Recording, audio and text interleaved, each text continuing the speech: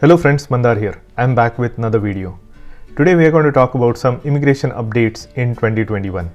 We saw what happened in Washington DC last week, so we are going to talk about what happens next with the new administration, some of the H-1B changes, and then the fee increase update notice. So if you are interested in this topic, watch this video until the end and let's get started. If you are here for the first time, welcome. My name is Mandar and I make immigration related videos for US and Canada.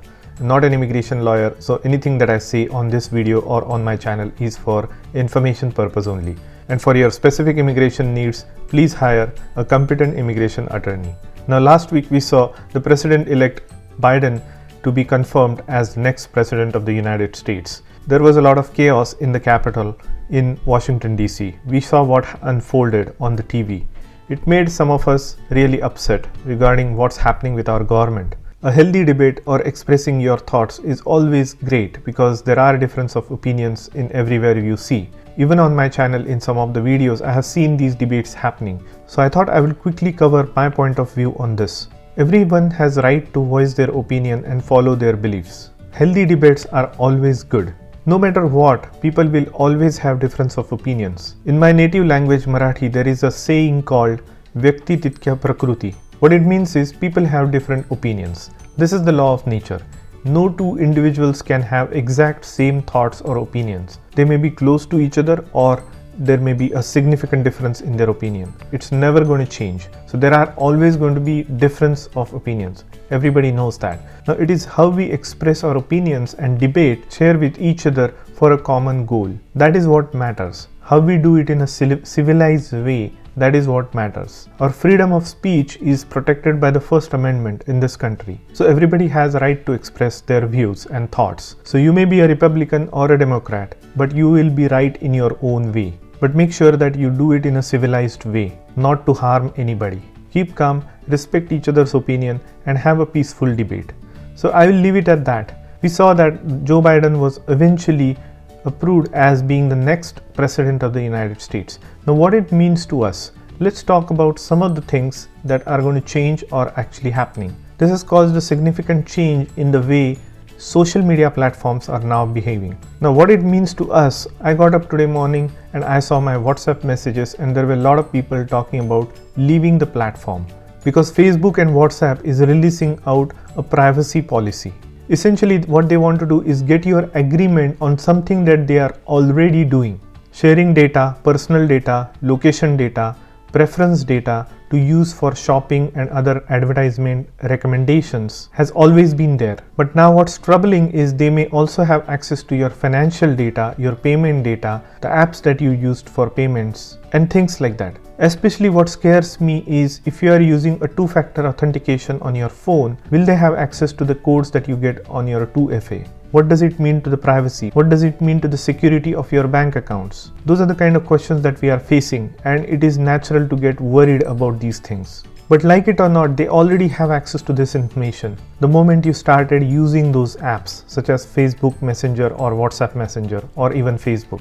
What they are doing right now is merely getting your attention to it and getting your agreement to it. So some of the people have already started seeing those agreements coming up on their when they open the WhatsApp or Facebook Messenger.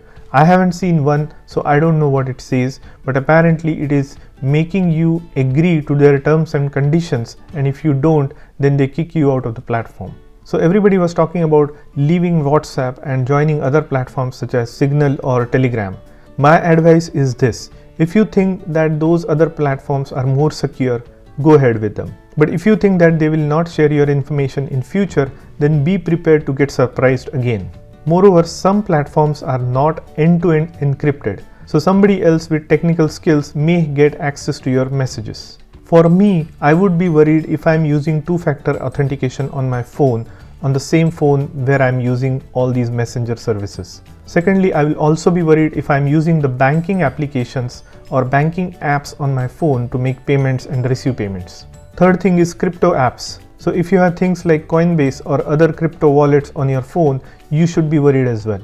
Another way to look at it is keep the phone that has all your messenger apps separate than the phone that you have for your financial apps. That way those two are totally separate, but this might not be a practical solution for lot many people. So there is a decision for you to make. Now let's talk about H1B lottery changes. Traditionally, H1B has been a pure lottery-based system which happens every year at the end of March, beginning of April. There are thousands of applicants that make application to the H1B cap-based quota and they get into a lottery. And then the USCIS runs a lottery and decides who gets the H1B. This year they are changing the way they are going to run this lottery. Essentially, they are going to prioritize people who have higher skills and higher payment as a salary. So the higher the salary you have, the more likely your application will be accepted for H1B. Now here is the Federal Register where it has some information on H1B changes. So here is what it says: modification of registration requirement for petitioner seeking to file cap subject H1B petition. So this came out on January 8th, 2021. And this is the final rule. So you might want to read through this PDF and I will leave the link in the description, but I'm just going to read out the summary for you. What does the summary say? It says Department of Homeland Security is amending its regulations governing the process by which USCIS selects H1B registrations for the filing of H1B cap subject petitions or H1B petitions for any year in which the registration requirement is suspended, by generally selecting registrations based on highest occupational employment statistics, prevailing wage level, that the proffered wage equals or exceeds. So what it says is your salary should be equal to or higher than the prevailing wage for that SOC code. So if you are in the software engineer category, based on the location and based on your application will be assessed on your prevailing wage if your salary is higher or equal. If your salary is higher or only then you will be selected in the H1B cap subject petition. Now further it goes on to say this final rule is effective March 9th of 2021. But I will leave a link in the description for this particular PDF which goes into the details of how the application process is changing for the upcoming cap subject H1B petition year. Now the next topic I wanted to cover and quickly give you an update on is the USCIS fee increase rule.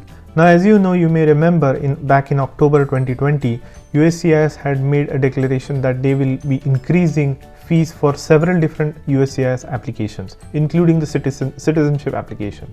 Now as per the latest information on AILA's website, on December 28th, the government filed an unopposed motion for voluntary dismissal of its appeal.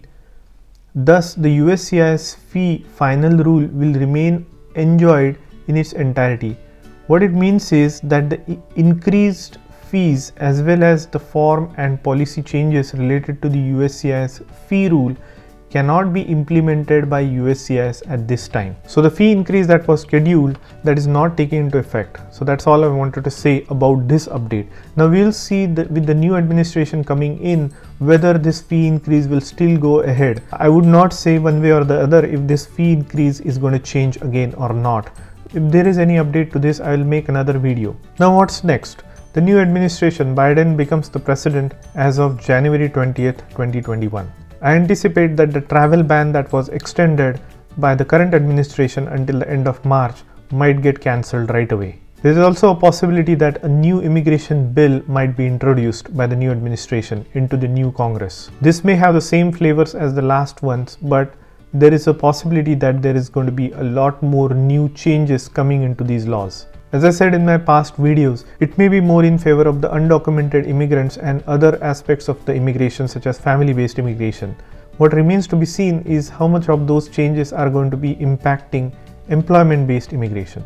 As you all know, the Georgia runoff elections for the Senate have gone in Democrats' favor. So although the Senate is at 50-50 balance at this point of time, the tiebreaker vote comes from the Vice President, which is Kamala Harris, and she is a Democrat. So the Senate will also tilt towards the Democrats. So all in all, I expect to see some changes coming into employment-based immigration in the next few months. So stay tuned to my channel. If you haven't already subscribed, please subscribe and give a like to this video if you got value out of it. And I'll see you in the next one.